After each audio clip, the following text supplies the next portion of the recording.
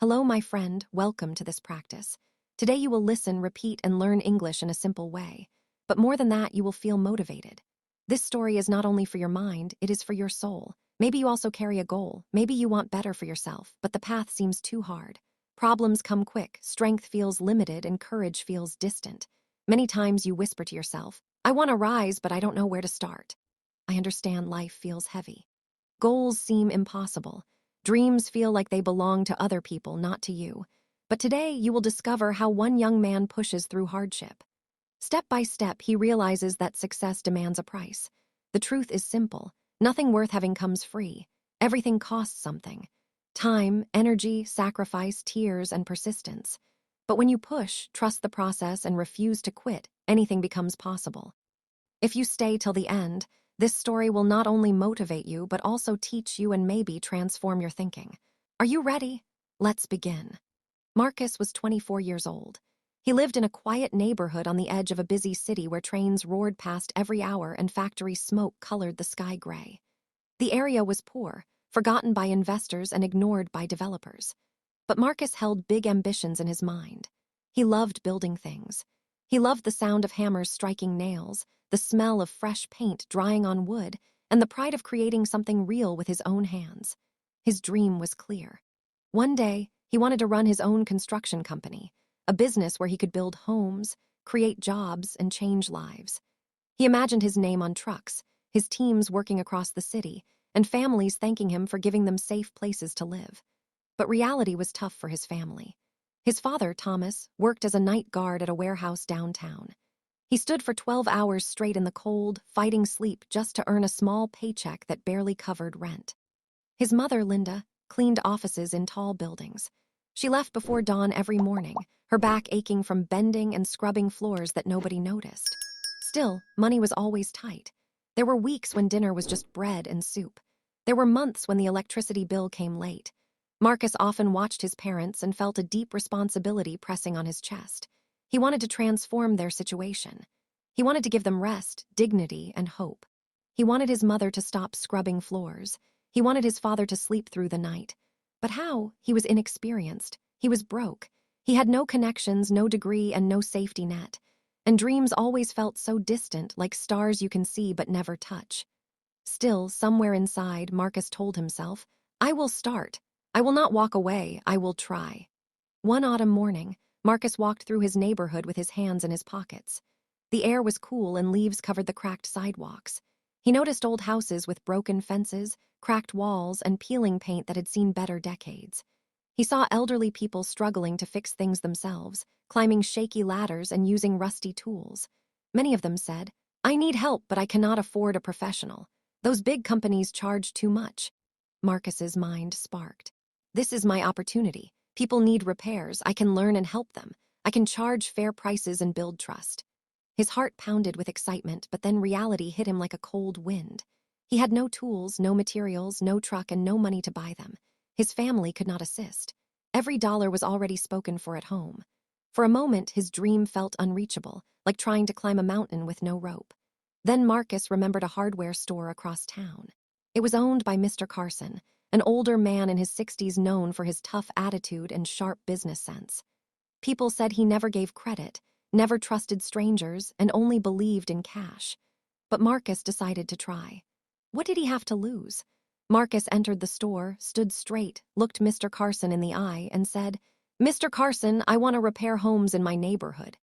I have no money today, but if you give me supplies on credit for 2 weeks, I will pay you back after I finish jobs. I give you my word. Mr. Carson crossed his arms and stared at him for a long, uncomfortable moment. Why should I risk my stock on you, boy? He asked. I don't know you. You have no track record. Why should I believe you won't just disappear? Marcus answered with steady voice. Because I will work harder than anyone. I will not waste this chance. This is my only shot, and I will not let it slip away. After a long pause that felt like forever, Mr. Carson finally said, 2 weeks. Take basic tools and materials. If you fail, never ask again. And if you succeed, you pay on time. Deal? Marcus's spirit lifted. It was his first breakthrough. He shook Mr. Carson's hand and walked out carrying hope in his heart. The next morning, Marcus woke before sunrise. The sky was still dark and stars were fading. He borrowed a hammer, a saw, nails, wood, and paint from Mr. Carson's store. Everything was written down in a notebook. Marcus knew every cent mattered. At the first house, he worked with shaking hands. He wanted the job to be excellent, but his first attempt was far from perfect. The fence he built leaned slightly to one side because he measured wrong. The paint dripped in uneven lines because he used too much. The nails bent because he hit them at the wrong angle and didn't have enough practice. When the homeowner, an older woman named Mrs. Parker, saw it, she gave a polite smile. "It's all right, young man," she said, but her eyes showed doubt. She paid him a small amount out of kindness, not satisfaction. Marcus's confidence dropped. He felt embarrassed and frustrated. He tried again at another house, but the repairs looked amateur. The door he fixed didn't close smoothly. The shelf he installed wasn't completely level. People paid him, but no one called him back for more work. No one recommended him to friends. That evening, Marcus sat on his porch, exhausted and discouraged. His hands were covered in blisters. His back ached. "Maybe I'm not skilled enough," he muttered to himself. "Maybe I'm fooling myself. Maybe I should just get a normal job and forget this dream." His father, Thomas, came home from his shift and sat beside him in the dim light. He put his hand on Marcus's shoulder and said, "Marcus, remember this. Nothing comes without paying a price. Every mistake you make is tuition. You are paying now to learn. Keep working. You will improve. I believe in you." Those words gave Marcus new determination. He tried again, adjusting his technique each day. He watched online videos on his old phone. He asked questions at the hardware store. He practiced cutting wood during late nights under a single light bulb. Slowly, his work got better. His measurements became accurate. His paint lines became clean. His hammering became confident. One afternoon, an elderly man named Mr. Johnson inspected the fence Marcus repaired and smiled widely. "This is solid work, son," he said. "You've got talent. I'll tell my neighbors about you." Marcus's face glowed. Finally, his first truly satisfied client had appeared, his heart filled with belief. Maybe his dream was not so impossible after all. Week by week, Marcus's skills sharpened like a blade on stone. Word traveled through the neighborhood like wind through trees. Families called him for repairs. Shop owners asked him to fix their buildings. Churches invited him to restore old structures and repaint community halls. Each evening, Marcus counted his small earnings with gratitude. He saved every cent he could, imagining something greater. He kept a jar where he put away money, and he watched it grow slowly but surely. After 3 months of hard work, sweat, and sacrifice, Marcus finally had enough money to buy professional tools. He purchased a power drill, a circular saw, quality brushes, a level, a work belt, and safety glasses. He even printed simple business cards on cheap paper that read, "Marcus builds honest work, fair price," with his phone number. The tools gave him confidence, and he began to take on not only repairs, but also renovations and small construction projects. He built garden sheds, fixed roofs, renovated kitchens, and constructed backyard decks. People appreciated the respect he showed and the quality he delivered. They loved that he arrived on time, cleaned up after himself, and listened to their needs. Marcus felt like he was finally moving toward his dream. But one day, competition arrived like a shadow. A new company opened nearby. Its name was Elite Fix Solutions. The company had shiny trucks with bold logos, uniformed workers wearing matching shirts, and expensive advertising on billboards and radio stations. The owner, Derek, was experienced, confident, and well-connected with suppliers and city officials. Curious customers quickly hired his team because they looked professional and established. Marcus's phone stopped ringing as often. Days went by without a single call. Fear crept into his thoughts like poison. He wondered if he should just give up and work for someone else, but he refused to surrender. Instead, Marcus did something smart. He asked his previous clients what they liked about Elite Fix. Some said the company looked professional and organized. Others mentioned their warranty guarantees and written contracts. Marcus listened carefully and took notes. Then he created his own simple contracts on his computer. He offered follow-up checks after jobs. He improved his communication with clients by sending them updates and photos. He started wearing clean clothes and keeping his tools organized.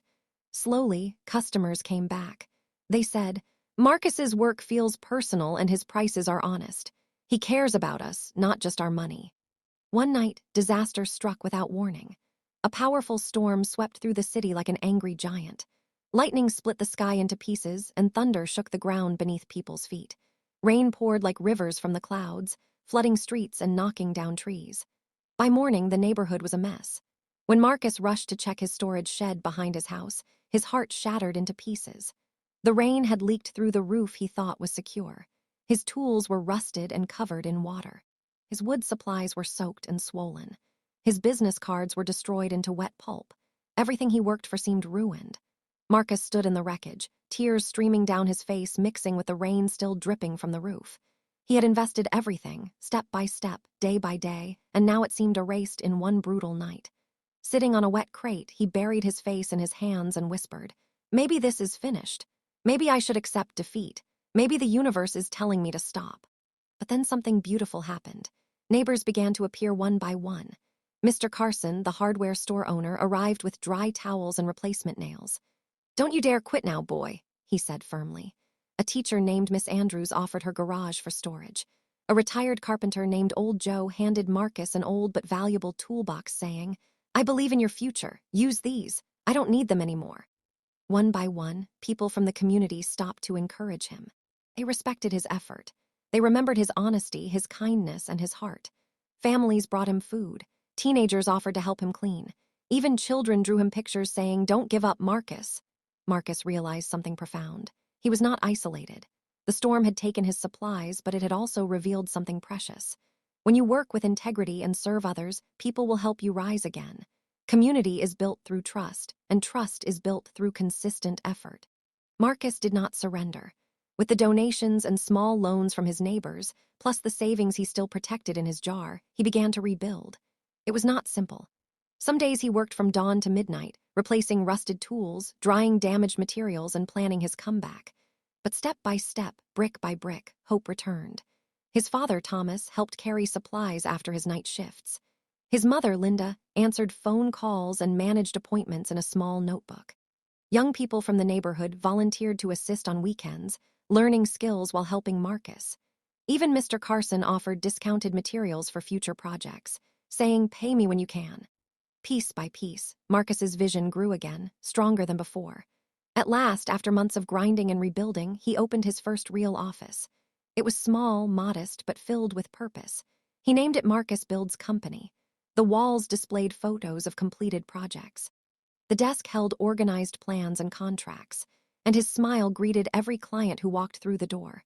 Soon the company became more than a business. It was a symbol of resilience for the entire neighborhood. People said, "If Marcus can rebuild after the storm, so can we." Clients came not only for construction, but also for the story of the young man who refused to quit. Marcus's dream had found its foundation, solid and unshakable. Marcus's journey teaches us something powerful and eternal. Nothing valuable is free. Everything demands sacrifice, patience, sweat, and sometimes tears. Every step forward carries a cost, but each cost brings us closer to our destination. Marcus gave his sleep, his comfort, his energy, and his pride to build his dream. And gradually his effort turned into achievement. Failure was not his ending. It was his classroom, his university, his teacher. Each crooked fence, each lost client. Each damaged tool gave him new wisdom that no book could provide. He learned not to fear setbacks, but to grow from them, to adapt, and to improve. That lesson is true for all of us. Support also came when he first helped himself. Marcus did not sit and wait for rescue. He stood up, worked, asked for help, and showed courage. Then his community stood with him. This is how life operates. When people see your dedication and your heart, they want to support you. And most of all, Marcus never surrendered. Even when the storm destroyed his supplies and crushed his spirit, he found the strength to start again. That is why his company became more than a business.